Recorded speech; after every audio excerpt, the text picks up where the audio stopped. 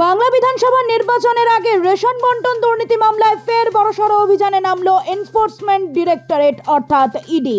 শুক্রবার সকাল থেকেই কলকাতা, মুর্শিদাবাদ, বনগাঁ ও হাওড়া সহ রাজ্যের মোট 12টি জায়গায় একযোগে তল্লাশি শুরু করেন কেন্দ্রীয় সংস্থার আধিকারিকরা। ইডি সূত্রের খবর, এই দুর্নীতির জাল কত দূর বিস্তৃত এবং এর নেপথ্যে কোন কোন প্রভাবশালী ব্যক্তির হাত রয়েছে তা খতিয়ে দেখতেই এই ম্যারাথন তল্লাশি চালানো হচ্ছে। তদন্তকারী সংস্থার সূত্রে জানা গিয়েছে, রেশন বন্টন দুর্নীতি মামলার তদন্তে নেমে বসন্ত কুমার শরফ নামে এক ব্যবসায়ীর নাম উঠে আসে।